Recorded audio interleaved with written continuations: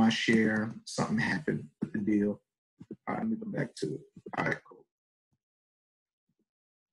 So, all right, we're talking about building a business, right? Building a business. What we're going to discuss tonight is quality of business, keeping your cash. So you make money in Primerica, you need to keep it. You need to keep it, right? And so, you know, there's things that go on in the business that I know we talk about. Hey, we sit down, we help clients, we do wealth builders, we do all of this stuff. And that's true, we do all of that. But what happens after you write life insurance business? Because this training in particular is about the life insurance part of the business. It's the foundation of what we do, right? What happens after you write that policy? You just write that sale, you submit it, you know, you submit it electronically, and it goes into some warp, and, you know, it goes to home office, they process it, and you never have to think about it again. No, that's not how this business works. So what I'm going to talk to you all about tonight is how do you track and manage your business. We talk about, hey, you know, when we recruit people, $49, $25 a month. What does the $25 a month pay for? It gives you access to the agent website, houses all the tools you need to track and manage your clients. It's like your virtual office. We going to talk about that tonight. What is that, right? And so let's talk about QBI versus quality of business. QBI, you've heard me talk about QBI, and then there's also something that's called quality of business, and they kind of go hand in hand. They're a little bit different, but they go hand in hand. And so the question that I have up on the screen is that what legitimate and profitable business do you know that cannot predict their income, right? If a business cannot predict the income, then it's not a real business, right? They can't. I mean, it's not a real business. And so what I want to talk to you all about tonight is really kind of some mature things to kind of grow you up in the business and have you run Primerica like a business and not a hustle. I'm going to repeat that.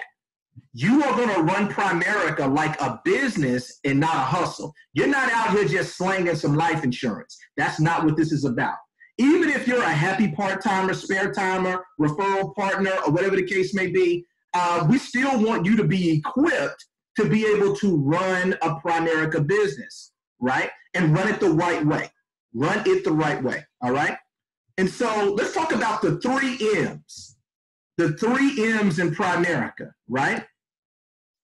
There's the money, the math, and the methods. The 3 M's in Primerica is the money, the math, and the methods, right? So let's talk about QBI. QBI is about the math and the numbers and the timing of the numbers associated with what happens with a life app, right? And so the thing is that, okay, how many policies did you submit, right? How many of those policies that you submitted got issued, right? How many of them got issued with requirements? How many of those policies that you submitted were not taken? We'll talk more about all these things. How many of the policies that you submitted got declined? How many of the policies that, or the applications that you submitted lapsed, meaning that they got issued, but for some odd reason, clients stopped paying their premium and the policy lapsed? And you probably felt that lapse because, you for the veterans on the team, you've experienced something called a chargeback, right? To where, Primerica charges back the advance commission that they gave you and all that good stuff.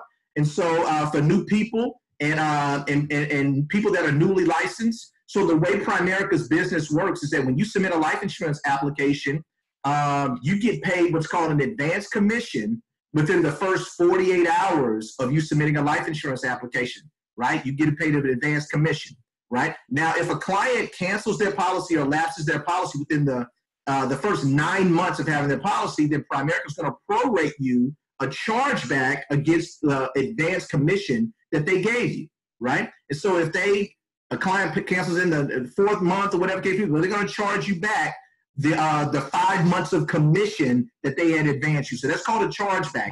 And it's part of the business. We try to avoid them at all costs.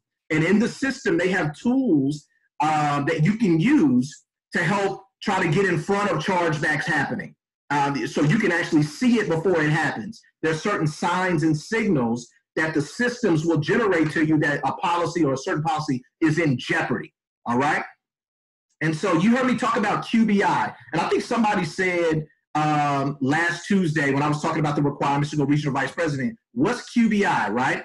So basically QBI is like a quality of business index. It's a percentage, and it basically gauges the health of your life insurance business. It gauges the health of your life insurance business in Primerica.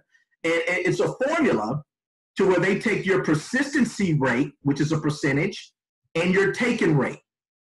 It takes your persistency rate and your taken rate, and you multiply them together, and that gives you your QBI percentage. Your persistency rate is based on how many policies that you have out there that have lapsed. Your taken rate is how many policies that they aren't issued yet, but there may be in underwriting, but they went not taken. They went not taken, or they got declined. And so there's a formula that they do. They multiply the persistency percentage by the taken percentage, and that equals your QBI percentage, right? And then, so that's QBI. And then you have something called quality of business. This is about, now this is where the ball game is, quality of business. This is about how effective you are at managing the required controls of the flow of cash and income. Basically, how effective are you on staying on top of your business, right? That's quality of business. And we can teach that, and we can train you on that, on how to be good at managing your Primerica business.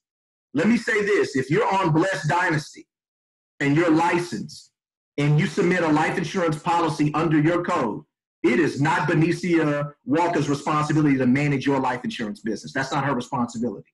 Now, she might talk to you about it and see if there's some things she can do to help. But if you are a whole licensed agent with a real license, temp license or permanent license, if you submit life insurance business, it is your responsibility as the agent to be the steward of your business.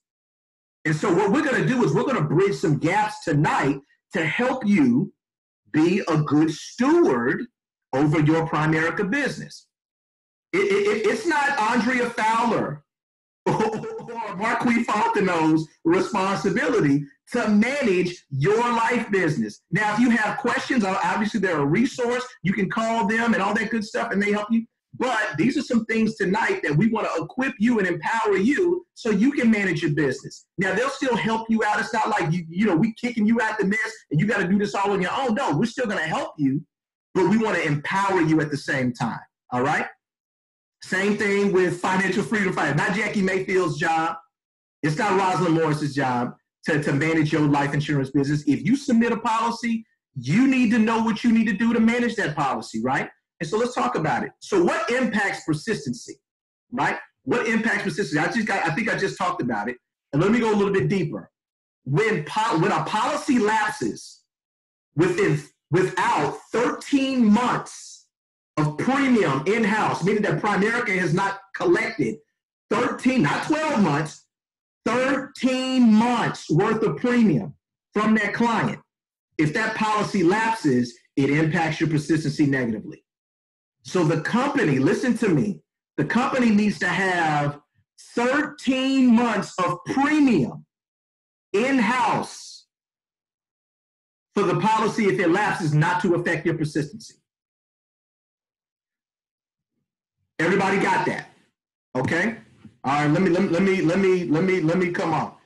Because this is important. I know y'all like, well, come on, look. How many months of premiums does Primerica need to have in-house so it does not affect your persistency if the policy lapses? How many? 13. Put it in the chat room, 13. 13, yep, everybody got it, 13, right? So remember that number, 13. Y'all got it. Appreciate you. Appreciate you guys. Thank you so much. So that's your magic number is 13. Okay, so let's talk about what impacts taken rate. Now, there's more things that impact the taken rate, right?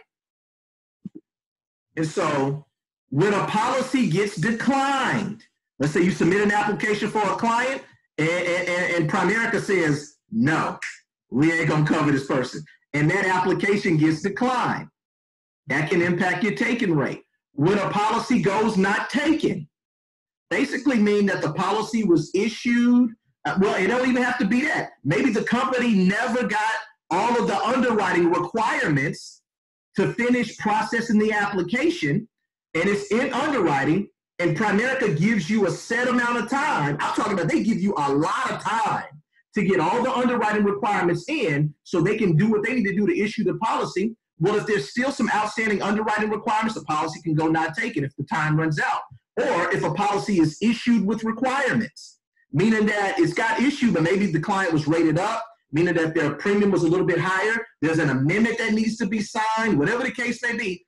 It was issued, but there's like something that the client needs to sign or authorize with that issued policy. If the company never gets those things back, the policy will go not taken, right? And that can impact your taken rate. When a policy gets canceled before it's issued, right? It's still in underwriting, it's still being processed, but maybe the client says, you know what? I don't want the policy anymore, cancel it. And we have to cancel the policy. That can impact your taken rate because technically that's considered a not taken, right? And so those things impact your taken rate, but this is the saving grace, guys. This is the saving grace. If you've ever done any appointments with your field trainer, or you've seen, been maybe parachuting in on somebody's appointment, and they talking to somebody and they're doing a life app, and that person might have some health challenge or whatever, and your trainer says, hey, we're going to do the application, but we're going to submit it, listen to this, COD. We're going to submit this application COD. So COD means cash on delivery, where Primerica does not draft out any premium or anything like that when we submit the application. The reason why we do that is for a couple of reasons. Meaning that if the client does not get approved, if they get declined, whatever the case may be, there's no chargeback that's generated because Primerica, we didn't take any premium, so Primerica doesn't advance any commission. So there's no chargeback. But also, if the client is declined, or the policy goes not taken, or the client cancels the policy, and we took the application COD, it does not impact your taken rate. It does not impact your taken rate. If you submitted an application COD and the client gets declined, doesn't impact your taken rate. If you submitted an application COD and the policy and the application went not taken, does not impact your taken rate. Or if the client cancels, does not impact your taken rate. So that's the workaround. That's the workaround. That's why when we do applications on people that might have questionable health, it's always wise to take that application COD. Get familiar with that word. Get familiar with that word. I know some of y'all out there want to write your auntie up, and she on 4 pills for high blood pressure. She on insulin for diabetes. And she got a stent in her. They just put a stent in 3 years ago. And y'all talking about some, Andrea, can we get us some life insurance? And really what you might be saying is, can we write my auntie up and give us some coverage because she needs some coverage, and can I get paid on that? Well, what we're going to do is we're going to submit that application, COD, right? And we're going to see if she can go through underwriting, and if Primerica approves her, great. But if she gets declined, it ain't going to mess up the bag. It ain't going to mess up the bag. Is everybody with me? Everybody got me? Thumbs up if you got me. All right, perfect. All right. So that's impacted persistency and taken rate. So let's keep it moving. All right. So this is where it's about to get really, really fun. An understanding of the money will ultimately dictate your decisions in Primerica. How does the money in Primerica really, really work? Oh, this is about to be fun. Okay, here we go. So this is a pop quiz, and I want you guys to use the chat room for this, if you don't mind. This is a pop quiz. Here's a question. When do you start making money when you write a life insurance application? This is the question. When do you start making money when you write a life insurance application? For the people who have seen me do this training before, please do not answer. If you've seen me do this training before, please do not answer. So when do you start making money when you write life insurance bid, when you write a life insurance application? Is it A, after the 13th month that the policy has been issued? After the 13th month that the policy has been issued, is it B, once the policy is issued and the clients start making payments? Is it C, when you get your advance commission check from Primerica? Or is it D, after the 9th month that the policy has been issued? After the 9th month that the policy has been issued. Please put your answer in the chat and let's see what we got. Okay, let me refer to the trusty chat. Okay, I'm seeing,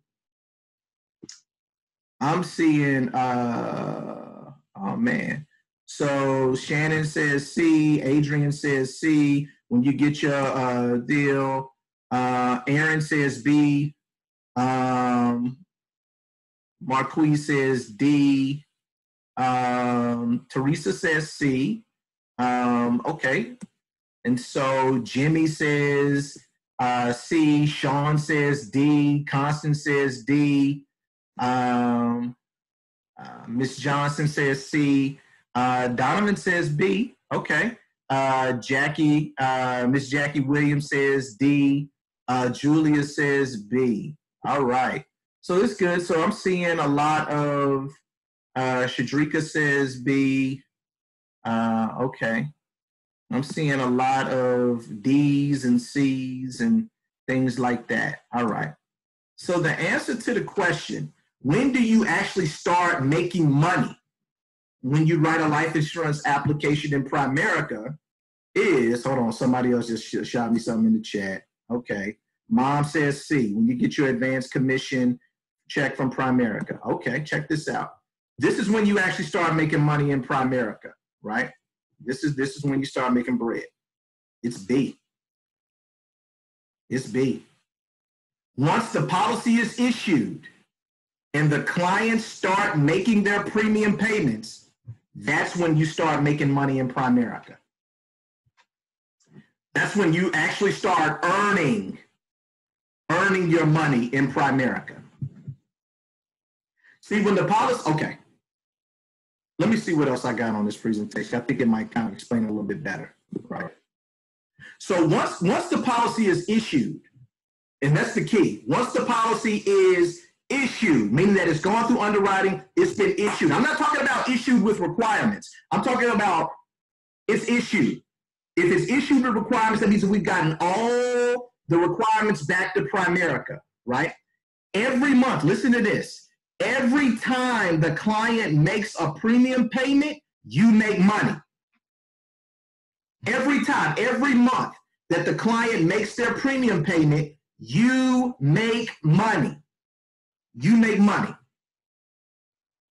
Now, I know some of you guys are like, well, Nick, I mean, I wrote the policy and Primerica paid me a commission within 48 hours. You mean to tell me that I didn't make any money? Like, that's real money. I mean, it's real money that show up in my account. So why is it not when after I wrote the policy and they advanced me, how come that doesn't count on me making money? I'm glad you asked, right? See, this is what you need to know, and this is what you want to write down. Write this down, because what I'm about to talk to you about. Write this down. This is what you need to know about Primerica and life insurance business as a whole and how it works. Your advance commission that Primerica pays you when you write that policy is actually a loan. Y'all ain't hearing me. It's a loan. It's a loan. Because what the company did, they're advancing you 9 months of your commission up front. So they're basically saying, hey, we believe as an agent, you wrote this policy in good faith, and that this person that you wrote the policy on is going to keep this policy. So we're going to basically advance you 9 months of your commission up front. Then we'll pay out, which is equivalent to 75%. And then we'll pay out the remaining 3 months, which is 25%, in the 10th, 11th, and 12th month that the policy stays in force. That's called your earns, right? So your advance commission is actually a loan. Do y'all remember, some of you guys might know this, like, back in the day when you might have been seeing your grandmama had an insurance man come by the house and he knocked on the door and or she knock on the door, and shoes run all over to the side. He's standing at the door, kind of leaning to the side because he's walking around all day, shoes leaned all over, and and he talking about some, hey,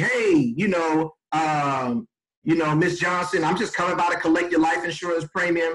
And she'll go and pull her policy out and pay him a couple of dollars on the policy. He say, hey, I'll see you next month. Or he'll come by and she'll say, well, I ain't got it today. Come by next week and I'll have it. And guess what? He'll faithfully come by next week to pay that life insurance premium. That's what's called a debit agent. Do you know why he was so, or she was so persistent about collecting that daggone life insurance premium? Because the premiums that he collected each month from his clients, that was his commission. That was his commission. That was part of that was his or hers money. So them collecting the premiums put money in their pocket. Well, what Primerica did is that they eliminated the need for that. So you don't have to go by and collect. Imagine if you had to go by and try to collect premiums from people every month. That's crazy, right? What Primerica does is that they say, hey, we're going to front you 9 months of this commission up front, and we'll pay you out the rest of it in the 10th, 11th, and 12th month. We call that earned. So your advance commission is actually a loan, but it doesn't stop there. You need 9 months worth of payments from your clients to pay off whose loan? Your loan. You need 9 months of payments from who? The client, to pay off your loan. Who's your loan with? Primerica. You need 9 months of payment. I want you to start looking at this differently. You need 9 months of premium payments from the client to pay off your loan with the company. And you need 12 months of payments from the client to get what's called your total commission. See, the 9 months advance, the advance commission that you get paid out within 48 hours of doing a policy, that's not your total commission. Your total commission gets paid out over 12 months if the policy stays in force. So you need 12 months of premium payments from the client to get your total commission. Now, don't confuse that 12 months to get your total commission with the 13 months, listen to me, that you need for the client to pay in order for it not to count, lapse not to count towards your persistency, right? You need 12 months of payments from the client to get your total commission. And again, of course, you need 13 months of payments from the client for the policy not to affect your persistency if it lapses. All right? These are things that you need to know. This is what you need to know. The advance commission that you get paid when you write a policy is actually a loan.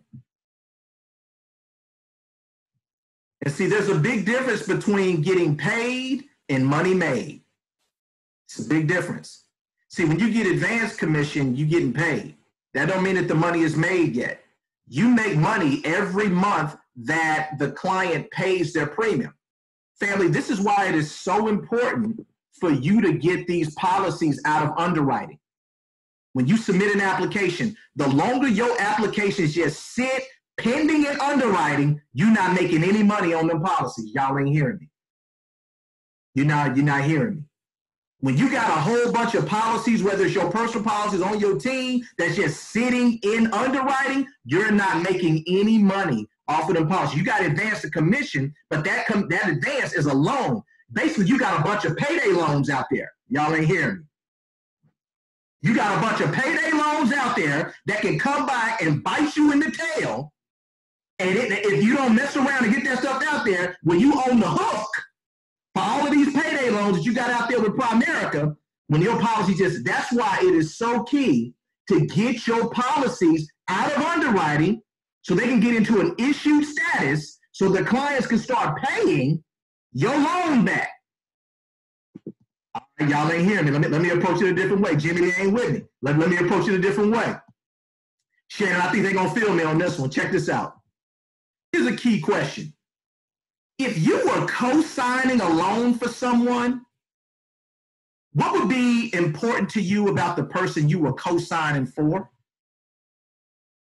If you were going to co-sign a loan for someone, somebody come to you and say, hey, man, I need you to co-sign this loan for me that I'm taking out. what would be important? You can come on, you can talk to me, you can put it in the chat. You know, what would be important about that person? If you're gonna co-sign a loan, what would you want to see, or what would you want to know about that person? Talk to me. That they would make the payment.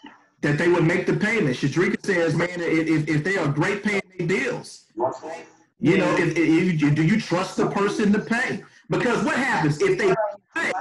Who does the responsibility fall on if you are a co-signer? You. Y'all know how many people didn't ask me to co-sign for a car? I don't do that. I don't do that. I don't do that. We ain't co-signing on that. No. Because if you don't, I'm not looking for a new car. Not one that I didn't pick out. Because if you don't pay your car note, guess who it falls on? I gotta pay the daggone car note. Hey, I don't want your car. So why I'm gonna co-sign it, right? And so y'all will probably give me a whole laundry list of things, wouldn't co-sign unless I trusted them, and I can pay it if they wouldn't. That's a good one. Jimmy said payment history. Jimmy talking about, let me see your credit report. Where's that, man? Give me your credit report. Let me see what your financial reputation looking like. How you pay your bills, right? Payment history. Tanisha said payment history, employment history, all of that. Miss Jackie said, hey, are they trustworthy? Anita said responsible. Does the person have a full-time job, right? Man, your ability to pay is important. Oh, here we go. I'm about to bring it home. Let me tell y'all something. Would you agree to be a co-signer on a $150 to $750 signature loan for each of your clients? So think about your life insurance clients, right? If they just came to you and said, hey, you know, Sharon, I want you to be a co-sign on this signature loan I'm doing. Well, how much is the loan? $750. Could you co-sign for me? You're going to be like, no, I don't think I can do that. I got kids and I got bills. I ain't got no time to have to be responsible for your loan if you don't pay that thing off, right? Well, check this out. Every policy you write, every life insurance policy that you write is like you are co-signing a loan for your clients. Every single life insurance policy that you write, it is like you are co-signing a loan for your clients. Because you're doing a policy on them, and you're the one that's getting advanced the commission. And what did we say that advanced commission was? A loan.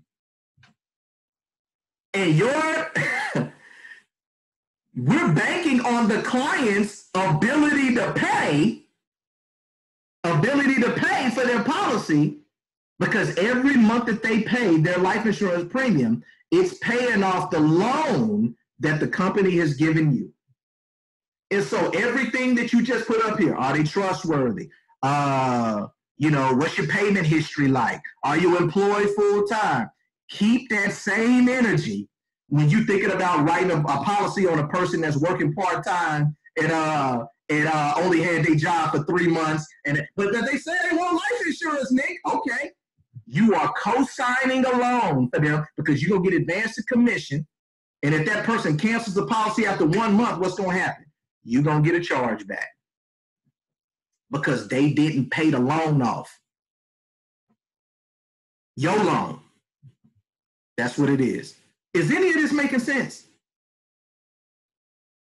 I hope this ain't like an episode of Scared Straight. We're still going to write some life insurance business, y'all. I mean, trust me that. I don't know about like, hold on, let me text Nick and see whether or not I should write this. Hey, just use common sense, man. Hey, man, he said he don't smoke. He said he 5'11", he about 185 pounds. But Nick, man, he just changed jobs. Should I write it? Go ahead and write the policy. But y'all know the ones that you should not be writing. You know the ones. They give you all kinds of signs and signals. You can smell it. Trust your gut and your instinct. All right? Trust your gut and your instinct. Don't be out here writing a bunch of raggedy business. Because if you do, Well, first of all, any policy that you guys write, I'm going to review it. I have to review it. But there's things that you're going to see on your appointments that I'm not going to be available for. I'm not going to be there. I need you to be a field underwriter. I need you to be a field underwriter, and I need you to do the right thing. Worst case scenario, submit the policy COD. We got that at our disposal. That's in our bag. Submit the policy COD. And man, I mean, if it get declined, if it don't go, whatever, it don't affect nobody. Ain't no chargeback. It don't impact the persistency or the taking rate negatively. None of that, man. So we just worst case scenario COD. All right. And so, all right, coming back. Let me do a scenario for y'all. So this is signs that you need to be reprogrammed. So if you're thinking like this right now, right? This means that you really need, this training was for you. You need to be reprogrammed, right? If you say things like this to yourself, I know you don't say them to me or anybody else, but you say these things to yourself, I'm not going to reinstate that policy. I know the client lapsed and all that. I'm not going to reinstate that policy because all they're going to do is lapse it again. If you're thinking like that, then you need to be reprogrammed. Man, I didn't reinstate that policy one more time. I'm not going to reinstate it again because they just don't. You need to be reprogrammed. And we're going to talk about that. And then if you're thinking like this, don't worry about reinstating that policy. Just go ahead and write a new policy. There's times that you should do that, but this is a sign you might need to reprogram. All right. And then another thing is, don't worry about chargeback. Y'all better not be thinking like this. Because if you thinking like this, that means that I have failed you. Like this whole thing has failed you. Please, if you have any thoughts like this last one, we need to have a come to Jesus meeting, man. And I'm gonna apologize to you because we have failed you. Do not. And there are people in Primerica, y'all. They think like this. They think like this. This just has never been our problem on our team, and it don't need to be our problem. Don't worry about chargebacks. Listen to this. Just go write some more life insurance business to pay off your chargebacks. Don't think like that. That is the kiss of death. That's the kiss of death in Primerica. Don't worry about chargeback. Just go write some new business. It'll pay off all your charge. Don't do that. That's the kiss of death. I've seen people get terminated from the company because they have that mentality. Because the chargebacks and everything is swallow them up. All right? And so if you have any of these thoughts, you need to be reprogrammed. These are signs you need to be reprogrammed. So let me go ahead and do an example. All right, let's talk about this superstar right here. This superstar, Benicia Walker, regional leader. She's a regional leader, so she on a what contract? A 70% contract, right? Let's just say that Benicia met with a client. Real life scenario, man. She might do this. She might meet with this person tomorrow. Check this out. She did a wealth builder for him, doing the right thing, taking them through the system, did a wealth builder with him, closed $125 life out. Won't he do it? Ain't God good? She excited, $125 life app on a 70% contract, about to get paid, right? The annualized premium, the annual premium on that life app is $1,500. $1,500. But let me tell y'all something. When you're below the level of regional vice president, the max commission that you can earn on a life insurance policy, no matter what size, is $750. That's the maximum advance commission that you can get paid by Primerica. Notice I said advance commission. That's the maximum advance commission that you can earn on a life insurance policy, regardless of whatever size, is $750. But that doesn't mean that your total commission is capped out. Total commission on this bad boy is actually $1,050 when you do the math. Now, I'm not taking into consideration the $75 annual policy fee. I didn't count that in there. I'm just kind of keeping it simple, right?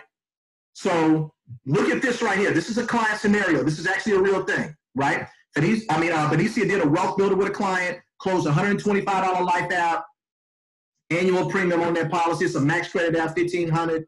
Her maximum advance is $750, but the total commission she's going to get paid is about $1,050. Everybody with me? Is everybody with me? All right. So let's watch this. This is what everybody gets excited about. Oh man, $750 about to hit my account in 48 hours. Ooh, I'm so excited, man. Ain't Primerica good? Won't he do it? Won't he? Will he? Won't he? Right? But here's the problem. We so concerned about the $750, which is a loan, that we overlooked that money. The total commission, the $1,050. See, let me say something. I'm gonna stop sharing. Family, that's the money that you got to get excited about. You better start getting excited about the total commission, not the advanced commission. I know we've been programmed on what's going to hit our accounting for you, and that's a blessing. That's great. But you need to be focused on how I can get paid my total commission from these policies that I got, which means that I got to get this client to stick with me, to hang with me, to stick with me for 12, 13 months. Y'all with me? So I can get this total commission, right? Now, obviously, we want them to stick with us longer for the crusade. We want people to be protected. I'm talking about just for business purposes. Listen to me. For business purposes, we need them to hang with us for 13 months, all right? So we can get our total commission, all right? And so watch this. Let's do a scenario. Oh, man, Nick, what you got up on the screen? So this is the breakdown. Check this out. So this is Benicia Walker. This is a case study we're doing. So if you look on the left-hand side, what's her commission percentage? 70%. Her advanced level, everybody gets 75% advance up front, right? That's the equivalent of 9 months. Her maximum advance commission is $750. And then this is the client. She wrote a policy on the client. The client is paying $125 a month. That's an annual premium of $1,500. Her total commission for this policy is $1,050. Is everybody with me? All right, so let's walk through how the money actually works. So the first month, after the policy is issued, client pays their first month premium. After the first month, client pays $125. Check this out. This is the income that's earned off the first month. Is $87.50. Remember, we said the first month that the client pays the premium after the policy issued is when you start earning money, when you start making money, right? And so $87.50, there it is. That's our earned income. That's the earned income. And so how did we get that $87.50? Well, you take her total commission, which is this $1,050, and you divide it by 12, right? Which means that every month she's making $87.50. And also check this out. When they pay that $125, $87.50 goes to the commission. Check this out. That $87.50 subtracts from the $750 advance that the company paid you. So now your loan balance just went down. Y'all ain't hearing me. Look at this. You don't owe $750 the loan balance. Now you only owe $662.50. So your total earned income after the first month is what? $87.50. Now let's go to month number 2. Client paid their premium. Okay, paid month number 2. Thank you. They paid their insurance premium. So she earns another $87.50. Then you subtract that $87.50 from the $662. Now the loan balance went down again, Shannon. Now it's at $575. And Benicia has earned $175. Same thing with 3. Now, do y'all see why it's so important to get these policies out of underwriting so the client can start paying off your loan? And then after month 4, boom, right? Now we got, hey, $400 in an advance balance left. $350 has been earned. After the 5th month, boom, there we go. We down to $312. Let me ask you guys a question. This is a question I want to ask. If the client called and canceled their policy after the 5th month, what would the total lost income be? If client called and said, hey, I don't want this policy no more. I just cancel me. And the policy lapsed, right? After the 5th month, what would the total loss of income be? Would it be A, $400? Would it be B, $312.50? Would it be C, $750? Or would it be D, some other number? What do you guys say? Talk to me in the chat room.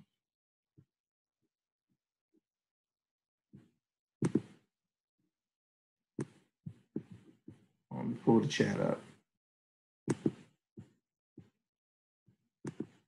All right, I'm seeing, okay, I'm seeing B, okay, I see D, B, B, B, B. I'm seeing a lot of B's, B's. JD saying me and math. I know, right? You like, Lord have mercy, like all this math, right? So I'm seeing a lot of people saying either B or D, right? So let's talk about it. B or D. A lot of you guys are saying $312 and all of that. Okay, so let me show you what it is.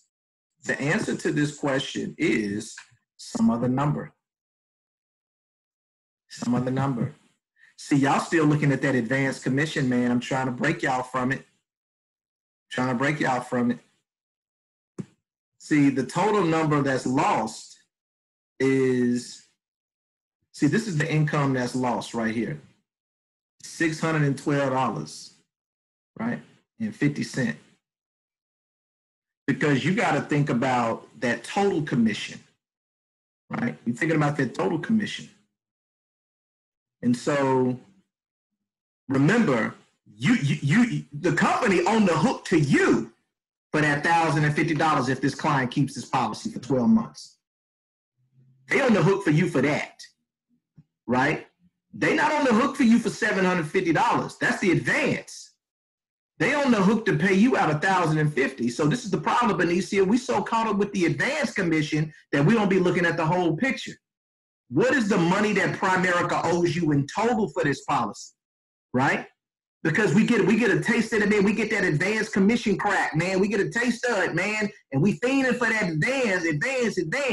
But then we're not focused on getting these policies through to the 12, 13 months. So you just lost. If the client canceled right there, you just lost $612.50.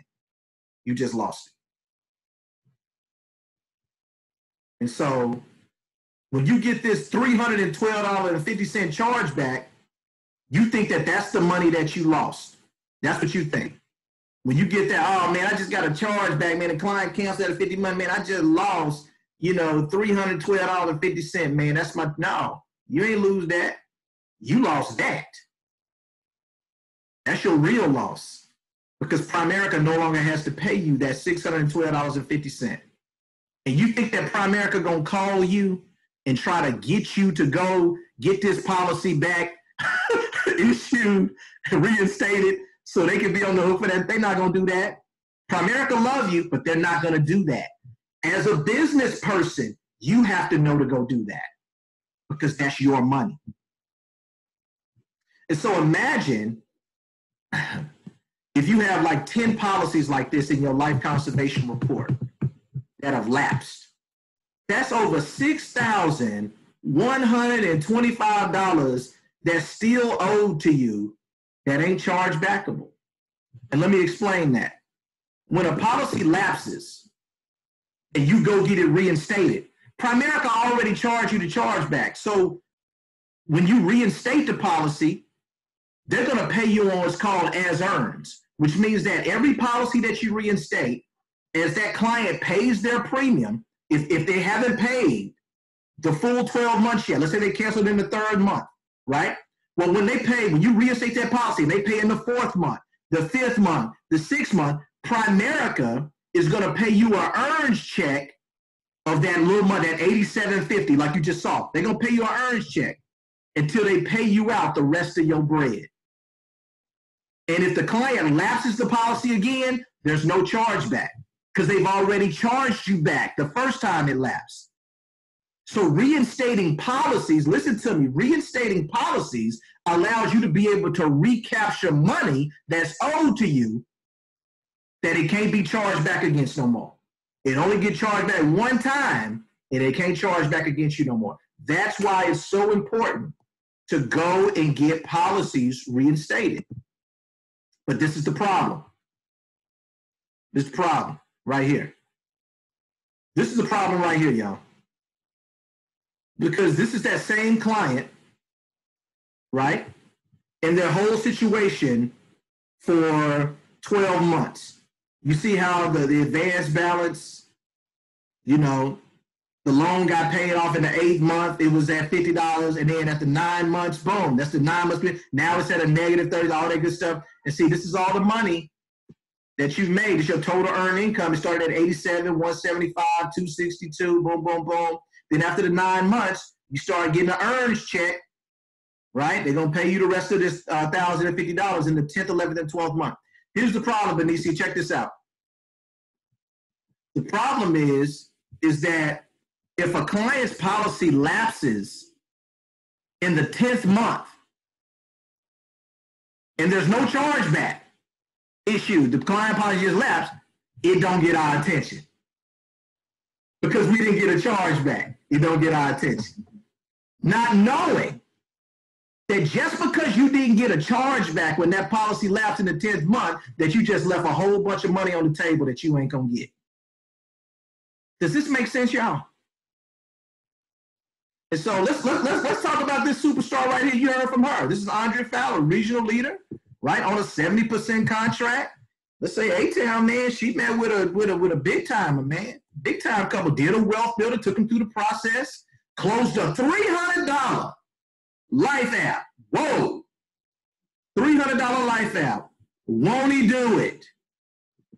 Won't he do it? Right? Annualized premium. Check this out. This is the annual premium for this policy.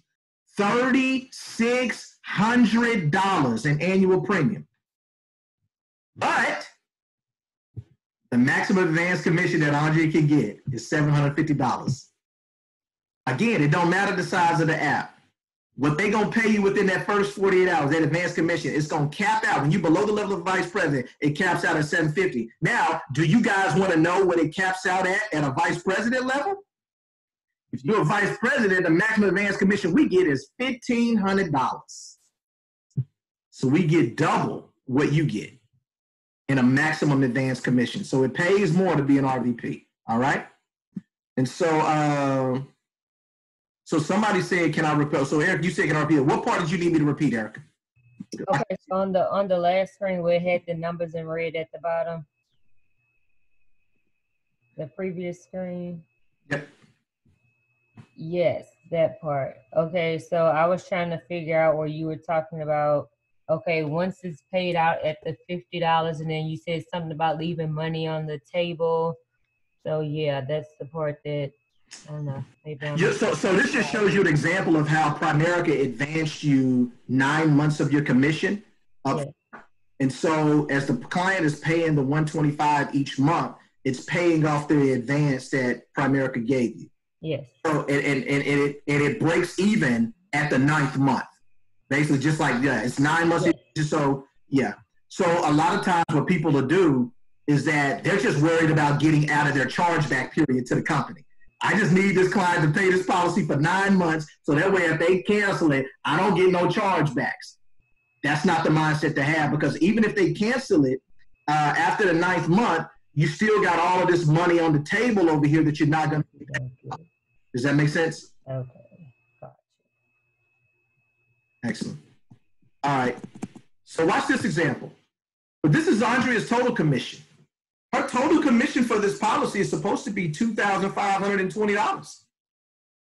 She got advanced $750, but there's $2,520 that's on the table that'll get paid out to her in full if this client keeps this policy. But again, it's the problem. Most of the time, Queen, we just focused on the advance. We just worried about that $750, and we don't have any type of understanding that that $250 is just, I mean, that $2,500 is out there waiting on. And so same example, but this is just a different client, right? Same commission percentage, 70%, advanced level 75, the maximum advanced commission 750, 300 is the monthly premium, 3,600 is the annual premium, 2,520 is the total commission. Client pays the first month, Yep. Advanced balance goes down. Client pays the second month, $300, advanced balance goes down. Client pays the third month, advanced balance goes down. Check this out. In the fourth month, in this policy, not 9 months, but in the fourth month, Andrea is actually out of her chargeback period. It didn't take 9 months. Why? Because the client's monthly premium was higher. Y'all feeling me on this? Yeah. And then you got fifth month, they paying the premium. See, if the client called and canceled their life insurance after the fifth month, just like in the scenario I did with Benicia, if the client called and canceled their policy after the fifth month, Andrea might be tempted to say, woo, I didn't get a charge back from that big old policy that I wrote. Man, I'm going to just go write some more business. It's all good. But here's the problem. Do you know how much money she lost? I'm glad you asked. She just lost $1,470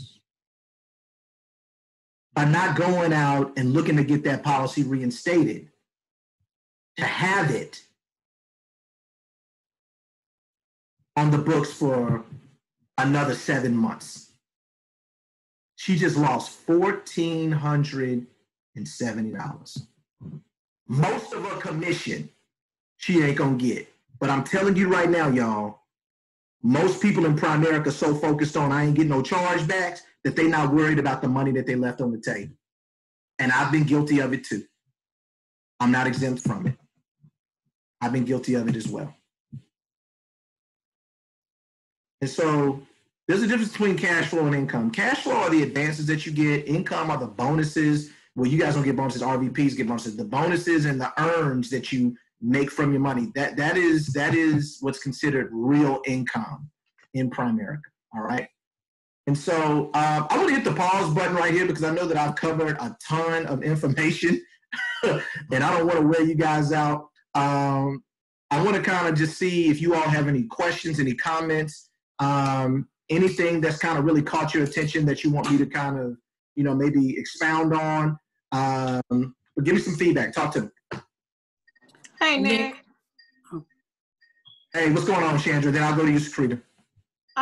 So how do overrides affect this particular issue with your cash flow and your income? Is it the same scenario?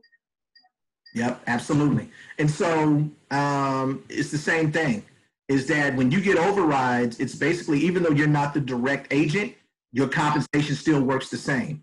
Primerica advances you your override commission every month that the client pays the premium. Even though you didn't write the policy, it pays back your loan as an override advance commission. And so that's why it is very, very important that not only you stay on top of this, but you have your teammates that are licensed, that they stay on top of it, because if they letting policies lapse, they getting chargebacks and you chargebacks. And it's impacting their persistency and QBI, and it's impacting your persistency. Gotcha. And on top of that, you're not going to get your total commission either. Wow. You don't get yours either. And so, thank you. Yep, absolutely. So that's a very, very good question. I'm glad you asked. All right, Sakrita, talk to us. What was your question? So I know we have a lot of new recruits that are on. So of course they don't know what the advance commission is, let alone, what the income would be once they clients' policies has been in effect. So if you can kind of talk to them a little bit more about that, like once they actually get licensed and write their first policy, what that would actually look like leading into the presentation that you just did. Yeah, and so this is why it's important for you to get promoted before you're licensed, because you come in on a higher contract. And so the way that Primerica works is that you get paid out when you write a sale. Once you're licensed, you get paid out a commission to you based on your contract level. So we have a rep that's a 25% contract. That's the first level. The second level is senior rep. That's a 35% contract. And this is where we're encouraging all new recruits. All you got to do is one recruit and 1,000 in field training life insurance premium to get your senior rep promotion. So that way, when you do get licensed, you come in day one on a 35% contract. Then after senior rep, you have district leader. That's the person that's on a 50% contract. Then you have division leader, which is 60% contract. Regional leader, which is 70% contract. And then you have regional vice president, which is a full-time position, which myself and Raheem are at. We're on 110% contract. And basically what those percentages mean is that when you write a policy, that's basically the percentage of the annual premium that you're going to get paid in a total commission. For example, if you wrote a policy on someone, let's say you're a rep, and let's say their monthly life insurance premium is $100 a month. Well, what Primerica does, they take that 100 and they multiply it by 12. Why? Because there's 12 months in a year. So that annual premium is $1,200. You would basically get paid out of the total commission 25% of that $1,200 in annual premium. That'll be your total commission. So that's equivalent to what, $300, right? $300 in a total commission. Now, of that $300, Primerica is going to advance you 75% of that $300 up front, which means that when you write that policy, 75% of that total commission, in this scenario, $300, is going to be deposited into your bank account. But remember, that advance commission is a loan. And so you need that policy to get issued and have the client start paying on that policy as quick as possible so they can pay your advance commission off, and then you can get to the total commission that you have, the remaining 25% that didn't get paid out to you. And so the higher your contract level, going from 25 to 35 to 50% to 60, the more total commission you'll be able to earn. The more advanced commission you'll be able to earn, but really the higher your total commission will be. And so that's why it's important to get off to a fast start and qualify for your first promotion, and then don't stop there. Just keep getting promoted. Now, once you get to the regional vice president level, you're on I'm on 110% contract. You all, that's like going from a Maxima and stepping foot into a Ferrari, right? Yes, 110% contract, but it's a high performance vehicle, man. 110% contract, that's high performance, man. You better know what you're doing. If you've ever been in a Corvette, I remember when we were kids, my auntie, is my dad's oldest sister, named Pauline. Man, she loved Corvettes, man. She had a bad Corvette, man, and she only had one son. He was my older cousin. He was like a big brother to my brother and I. And they kind of lived out in the country on some land. And she would let her son, drive to the store. And we were little kids. We would get in the back seat. We'd drive to the store, get some sodas or some candy, and she'll let him drive back, right? And then she'll let him wash the car. But he had to wash the car first before he go to the store. I'm going somewhere with this. One day, we was out there in the yard washing the car. We was down there visiting. And he had the car turned on, and he had the radio going, and all of a sudden he waxing it down, car looking good because, man, hey, we washed it. We about to go to the store. And my older brother, who's a year and 8 months older than me, now we kids, he says, hey, I want to sit in the driver's seat. Now, Big Cuz said, that's fine, just don't touch nothing. So my brother gets in, listen to this, in a Corvette. He gets in the driver's seat of this Corvette, and he twisted the wheel. Y'all know how kids do. And he tapped the gas. He tapped the gas. Not mashed the gas. He tapped the gas. And that car fishtailed. And man, it scared the mess out of us. We thought that he was going to wreck. Like, it freaked us out. And the car just finally stopped. And we were like, what you doing? What? He said, I only tapped the gas. Well, what we didn't understand at that time is that a Corvette is a high-performance vehicle. You ain't got to do much to the gas, and it's going to get up and go. And so it's the same thing when you're on a regional vice president contract. You think that you get chargebacks. You think you get chargebacks. Oh, okay. All right, cool. That's cute. Nick, I just had a client charge back, and it's $300 charge back. Really? Try $3,000. Y'all ain't hearing me. Yeah, I mean, Anyway, man, we get about $1,800 to $2,800 worth of chargebacks every month. We don't feel it, but it's, anyway, every month. I'm not proud of that. We're trying to fix that.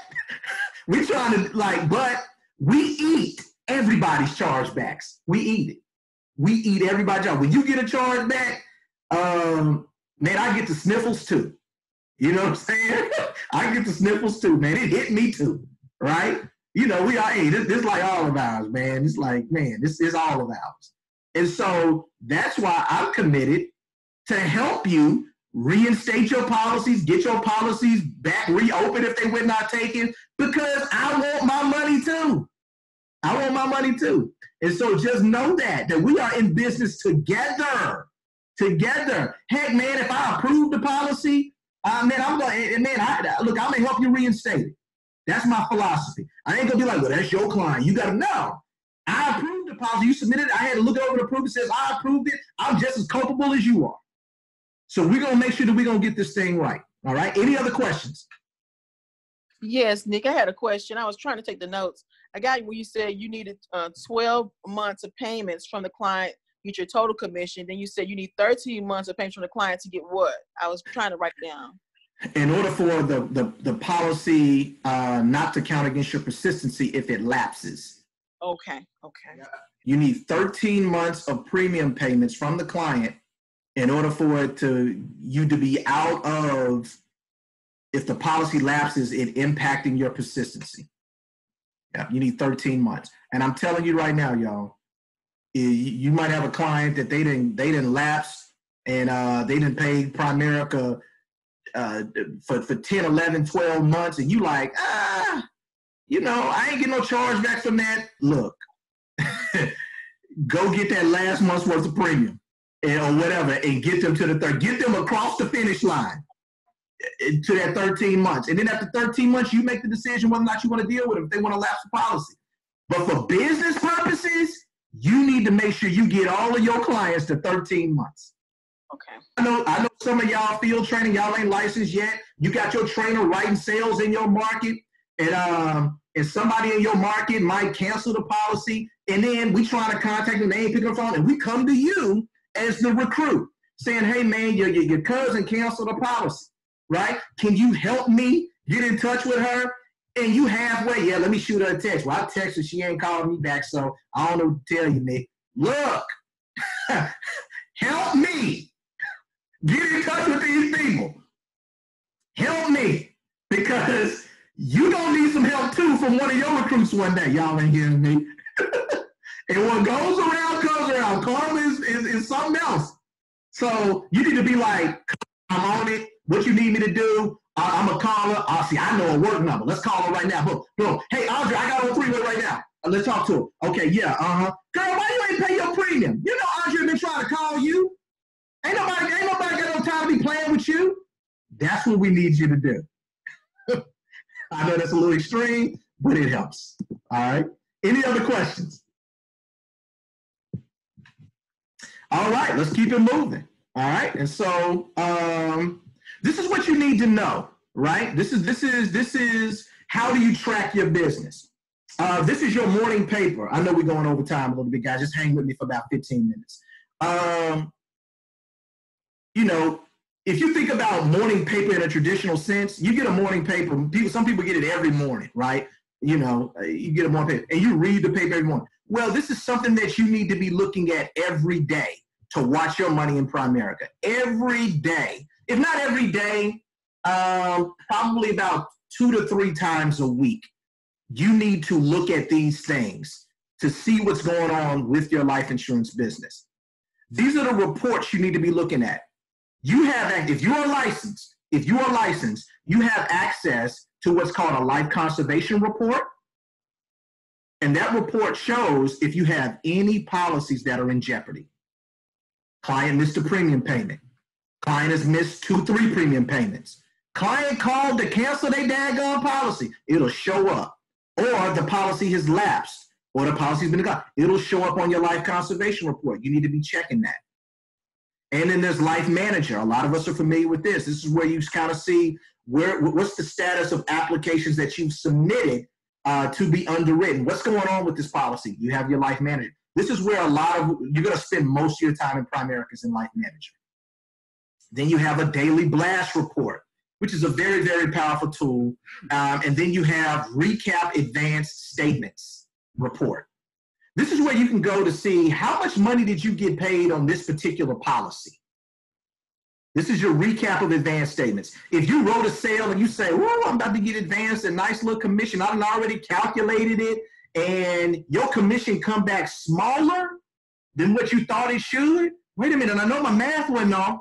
What you need to do is go to recap advanced statements because you probably got a chargeback from somewhere that cut in to your commission.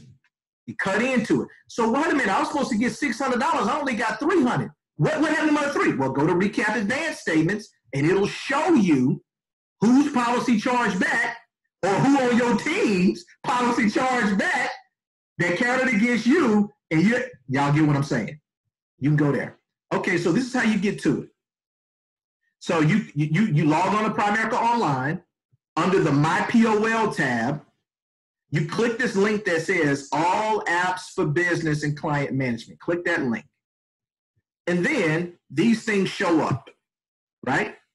Under this section that says Client Tools is the Life Conservation Report.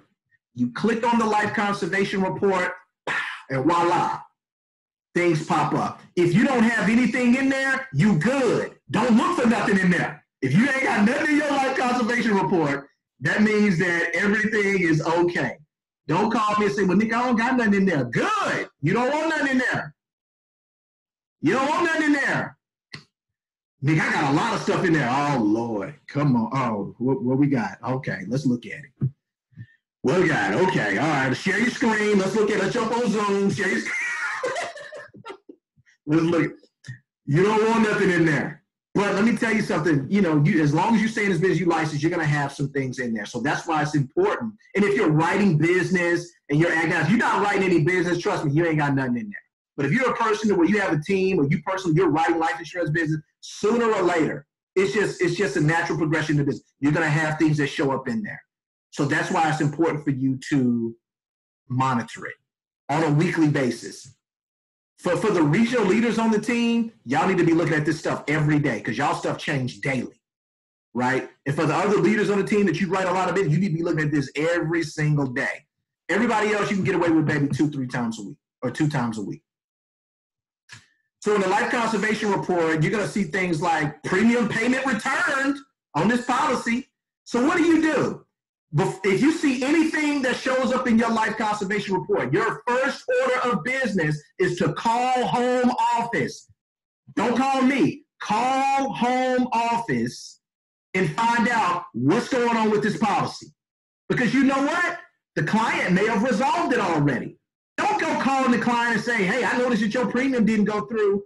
Don't do that. Call home office first and find out what's the latest with this policy. Get the facts first, then call the client and say, hey, what's going on? Or you can call me after you call home office, and we can create a strategy of how to approach the client. Everybody with me? Second thing is, hey, a late pay offer. That means that they done missed a few payments, and this policy is about to lapse. If you see something that says late pay offer, it needs immediate attention. That means the policy is about to lapse, right? Call home office. Find out, hey, has there been a premium payment made? Find out just what's the latest that's going on with this policy, right? And then once home office gives you the details, you ask home office, when is this policy scheduled to lapse? Well, this policy is scheduled to lapse next Friday. Okay, we got some time. Then you call me or call your field trainer, and you guys create a strategy of how to get this policy back in good standing. Lapses show up. Contact home office. Again, find out what's the latest. When did this policy lapse? Call home office and get the facts about the policy. And then same thing when it says canceled by client. Now, if you see this, then definitely call home office to find out what happened. The client called in. Surely my cousin didn't call in and cancel the policy and not call me first. Yeah, they did. And so call home office, find out the facts about what happened, and then call your field trainer. And let's say, okay, what's the strategy we can take to try to see if we can get this policy back activated? A lot of times, guys, You know, you'll see things like premium payment return, late pay offer. Sometimes, man, the client changed bank accounts. You know, they changed bank and they never told you, right? Sometimes they might just be in a financial jam. They might be a little, they didn't want to reach out to you and tell you. And they don't know that they got options. Hey, we can lower your coverage. We can lower your costs. We can make it more affordable. Oh, I didn't know that. I still want the coverage. Can I go down to about maybe $30 a month? Yes. And we can adjust the coverage and still keep the policy from lapsing. They don't know they have options. And so, again, but you got to pay attention to this report, y'all. And this is where you manage your deal. And there's an opportunity for you to take notes in there as well. Now, this is the big one. This is where you're going to spend most of your time. It's in Life Manager. Under Track Your Business, there's this link that says Life Manager. And when you click on it, this is what Life Manager looks like, right? Now, I've blotted out some names of clients just for privacy purposes and all that good stuff. But this is where your clients' names will be, their policy numbers, and it'll say pending and all that good stuff. And so up here is a menu. So you have your base shop policies. These are all the policies for you and your team. Then you can just condense it down to just your personal apps. Your personal apps. But if you have a team that's licensed, they write policies, you need to keep it on base shop, right? And so you go all apps, all statuses, but where you need to focus on, when you go into Life Manager, the first thing you need to do is kick this bad boy over to underwriting, right? See what's going on in underwriting. So you go into underwriting. These are underwriting all statuses, right? These are all the policies that are in underwriting. This shows you click on all statuses. This shows you all the different menu options. The policies that are in underwriting, show me any policies that are about to close, basically go not taken within the next 30 days. So you click there. If there's no data found in there or no data in it, good. If there's something in there, it needs your immediate attention, right? Then you go to, well, what's about to charge back in less than 30 days? Okay, that needs your attention too. What's been pending for 60 days or more? That needs your attention. What's been pending for about 30 days? What's been pending for less than 30 days, right? So you go through these things, they need your attention. So let's say that, you in there, these are policies that have been pending for less than 30 days, right? So what you do is you click on this link that says pending. You click on this link that says pending, right? Click there. And when you click on this link that says pending, it's going to take you to this screen right here. It looks something like this. And this will show you what's going on with this client's policy. This will show you that. And so why is this policy pending? Well, if you look here, there's some requirements that are outstanding. They need to do a paramed exam. Blood, urine, all that good stuff, right? So you don't look at that and say, oh, the reason why it's pending, the client needs to do a paramed exam. Okay, well, I'll just wait for them to do it. Don't do that. You don't just throw the policy out there and just hope that it gets through underwriting. Find out what's going on with it. So this is what you need to do as the agent. You click on one of the highlighted links. Now, they all lead to the same place, but you can click on one of these highlighted links, and it's going to take you to Exam 1's webpage so you can see the status of what's going on with them trying to schedule the paramed exam with this client.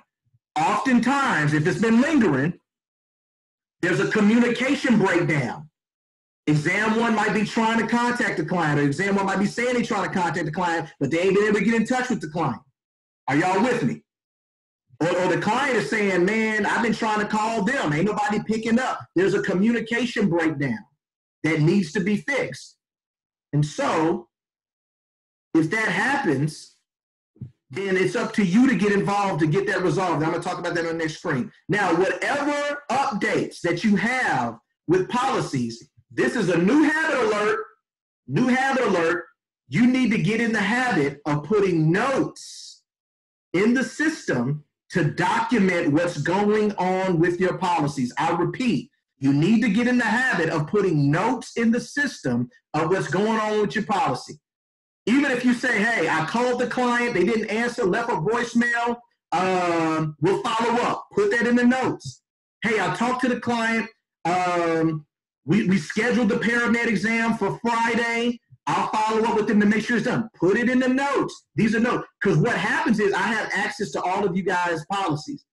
So if I see something out there, I'll click on it and I'll say, okay, Chandra's been talking to the client. I see what's going on. Okay, so this paramed exam is set up for Friday. Okay, good. I know she's on top of it. And I don't have to text Benicia and be like, yo, can you holler at Chandra and find out what's going on with this client and when this paramed exam going to get done? You put the notes in there. And it keeps me aware and your field trainer aware of everything that's going on with your policies. So the more notes you put in there, the better. The more notes, the better. Are y'all with me? All right. So that's a new habit alert. Put notes in your policy. Now, these are more new habit alerts. Check this out. Always put notes in your life manager system to document your policy statuses, right? Always put notes. This is where things can get held up. If the client is having challenges doing one of the following, scheduling and completing their paramed exam, or scheduling and completing their tele-underwriting interview. Now, what's a tele-underwriting interview? This happens rarely, but it does happen. Sometimes Primerica will have exam one call your client to ask them medical questions over the phone. Basically the same questions you asked them, but they might have answered yes to a question or something like that when you did the medical questions and they want more information. They might do a tele-underwriting interview with the client to get them to expound more on what's going on. This policy can get held up if that tele-underwriting interview is not done. That tele-underwriting interview maybe lasts 5 minutes, right? It's something very, very quick. But you'll see by clicking on one of those links that, hey, exam one ain't able to get them on the phone. You know, leaving voicemail messages, clients not calling them back. So, or they try to schedule paramed. Your clients is running from the paramed exam. Yeah, they do. They running from it. They said they was going to schedule it. They said they still ain't scheduled. That thing been outstanding for over 30 days. If that's happening, you as the agent, you need to coordinate. Listen to this. A three-way phone call with you, the client, and exam one to get it scheduled and to get it done. You get your client on the phone. Constance, you be like, hey, we need to call exam one to get your paramed exam done. Hold on a second. You call exam one, you get on the phone. Hey, I got the client on the line right now. Let's go ahead and schedule a date we do your paramed exam. When are you available? I'm available on this Saturday morning. Okay, you have somebody available on Saturday morning to come by our house. Okay, what time? 9 o'clock? Okay, cool. All right, so we're saying be there. All right, you intervene in the process and you get it scheduled. If they need to do a tele-underwriting interview and they ain't did that, call the client up. Shadrika, you be like, hey, what you doing? Okay, we need to do a tele-underwriting interview. Hold on, let me three-way in there. You call the three-way. Hey, listen, I got the client on the line. They're going to do a tele-underwriting interview. Go ahead and go for it. And you stay on the line. You can't answer for them. You can't do anything. But you basically just you take that extra step. I'm telling you right now, I know you like, man, these grown people, I shouldn't have to hold their hand. But I'm telling you, these are the main people that you got to hold their hand through this process. Because remember, the sooner you get this policy issued, listen to me, you are trying to get these policies issued. Because the sooner you get them issued, the sooner they can start paying your loan back, which is the advance commission you got. Are y'all feeling me on this? All right, cool. If exam one is having challenges getting your client's medical records, oh Lord, this is the big one right here. Paramed exams and medical records, them the two main things that hold policies up in underwriting. They trying to get the paramed exam, the paramed exam completed, or they trying to get your client's medical records. If your client's medical records are held up and they having problems doing that, getting your client's medical records, as the agent, this is what you need to do. They probably need some type of medical authorization release form signed. You help that get completed. You get the client to sign that medical authorization release and you get it back to exam one. It might be a situation to where, man, they looking at, they trying to get records from the wrong doctor. That ain't your client's doctor. That might be happening. Look, you need to be on top of this intervening like, hey, is a Dr. April Johnson, is that your doctor? No, I don't know who that is. Okay, well, let me tell exam one, who's your doctor? So-and-so. Oh, let me get exam one this updated information. And so you give them that, you intervening. And then on top of that, It might be a situation where you just need to tell your clients, look, because let me tell y'all something. A lot of these medical facilities, your doctor's office, your client's doctor's office, they don't play fair. They're not trying to send these medical records over. They got Karen sitting at the daggum front desk, being the gatekeeper, playing all kind of games, talking about some, now we ain't got no client, you ain't got no patient here by that name. We ain't got no patient up here by that name. And then you call your client be like, I was just there last week. I know who you talking about. She said, I ain't no patient there. I'm telling you, they playing games. And so it might be advantageous just for you to go get your client, to go get their medical records. Just go get them. Just go up there, and all they need to say is, hey, can I get a copy of, I want to get a copy of my medical records. I want to get a copy of my medical records. If they ask for what for, you tell your client to say, just for my file, for my personal file, I want a copy of my medical records. And they'll give them a copy. And from that copy, we can fax that in directly to Primerica Underwriting, and that's all they need. And they can finish processing the policy. We can cut exam 1 out. Because them in medical offices, man, they be going back and forth all the time. You look at their notes, they're like, yeah, we called on it.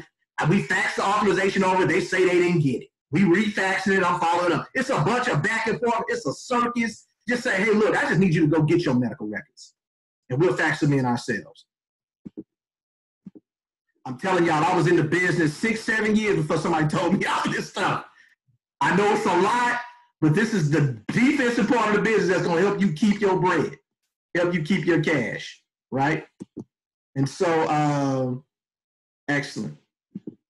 Excellent. All right, good stuff. Y'all sharing phone numbers in the chat. And then, okay, check this out. Then there's the next thing.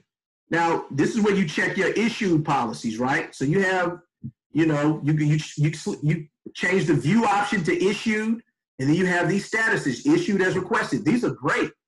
Issued as requested, when no issues. We submitted the application, they got issued. Boom. There it is. We good to go. What with the time. Hey, Willette, did you have a question? Okay, all right, cool. And so, and then you have this one right here, issued with requirements. You need to be on top of these issued with requirements, because if you don't get the requirements back in, then this policy can go not taken. The requirements might be, hey, the client was rated up. They need to sign an amendment. They need to pay some more money in order to activate the policy, you know. Or if you have policies that you submitted COD and they got approved, then you need to be getting the requirements, you know, completed and sent back to home office, so that now that policy can become live and you can get paid on it, and the client can start actually having coverage, and you can start earning money on it. All right. So issued as requested needs to be at the top of your radar also. What policies do you have out there that are issued as requested? All right. Hey, a quick question on the issued as requested. Yes, what sir. follow-up do you do with those? Because I know with the issue with requirements, you're checking on the requirements. What are you checking on with the issued as requested? You don't need to check on anything with that, because most of our policies that we submit that they're issued as requested, the policy has been emailed to the client. If you want to, you can text the client or call them and say, hey, it looks like your policy has been issued. It's been emailed to you.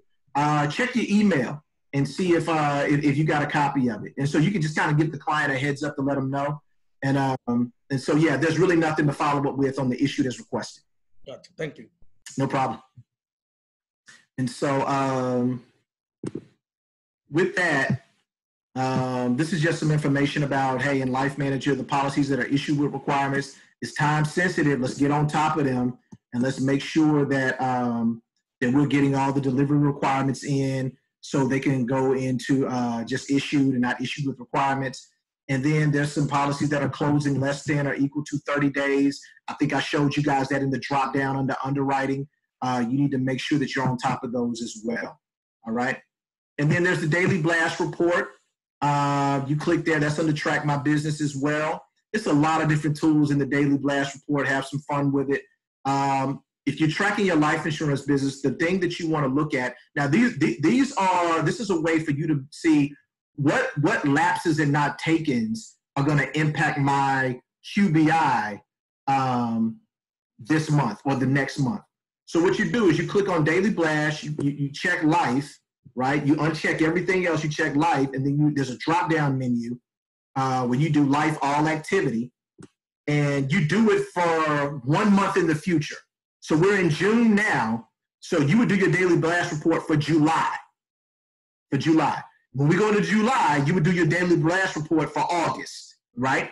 And when you do your Daily Blast report, let's say we're in July, you do your Daily Blast report for August, it shows you all of the lapses and not takens and declines and all that stuff that are impacting your QBI for the month of July. Even though it's August, I know it's weird, it's just like that. The month in advance report actually shows you what are the things that are impacting your QBI for the current month that you're in. And so that's your Daily Blast report. And then this is under compensation. There's that little link that says recap advance statements. Look at that. Look at that. And you click on that and you'll be able to see what policies you've been advanced commission on. What was that commission that you were advanced? It'll show it all in there. You can click a little link in there that says view and it'll pull up the details. If you got charged back, it'll show it in there and all of that. So you'll be able to see what client's policy charged back. That caused you to miss some money. So you'll be able to see that in the recap advanced statements. All right. And it'll actually show dollar amounts that was charged back and that were actually advanced, the commissions and all that good stuff. And last but not least, this was a cool report. It's under Monitor My Team. This link that says persistency, right? You already know that's related to QBI. Persistency, right? And so you click that link, and this is what shows up. Again, let me go back. It's under Monitor My Team. Again, we stay under, see, this is where you track and manage your business. It's all under the My POL tab and all of that. All this stuff is under there. You have access to all these resources. Monitor My Team, you click that link that says persistency. This screen comes up. And so you can pull all kinds of reports, and these are the report types, right? You can click, you can find out what's the QBI for everybody that's on my team. What's my QBI? What's the how many policies have gotten taken? What's the taken rate of everybody on my team? What's the persistency on everybody on my team? What policies that me and my team have written that have lapsed? You can even change this who to view to personal. What personal policies I've had lapsed? How many policies I had NTO? All of these things are out there. If you want to just isolate them, how many lapsed? How many NTO? And they keep a 17-month detail of all of these things. 17-month detail of all of these things. And so you can look at all of this, and you can even see the 17 months of policies that you still have in force, right, for the past 17 months. And so, but this is a powerful tool also if you just wanted to kind of isolate in. Well, let me go after some of these lapsed policies. Let me see what all the policies that are lapsed that are impacting my persistency and QBI and all that. Yes, that's all I got. I know it was a lot. I know it was. And I appreciate you. Hopefully you all got something out of this. Any questions? Any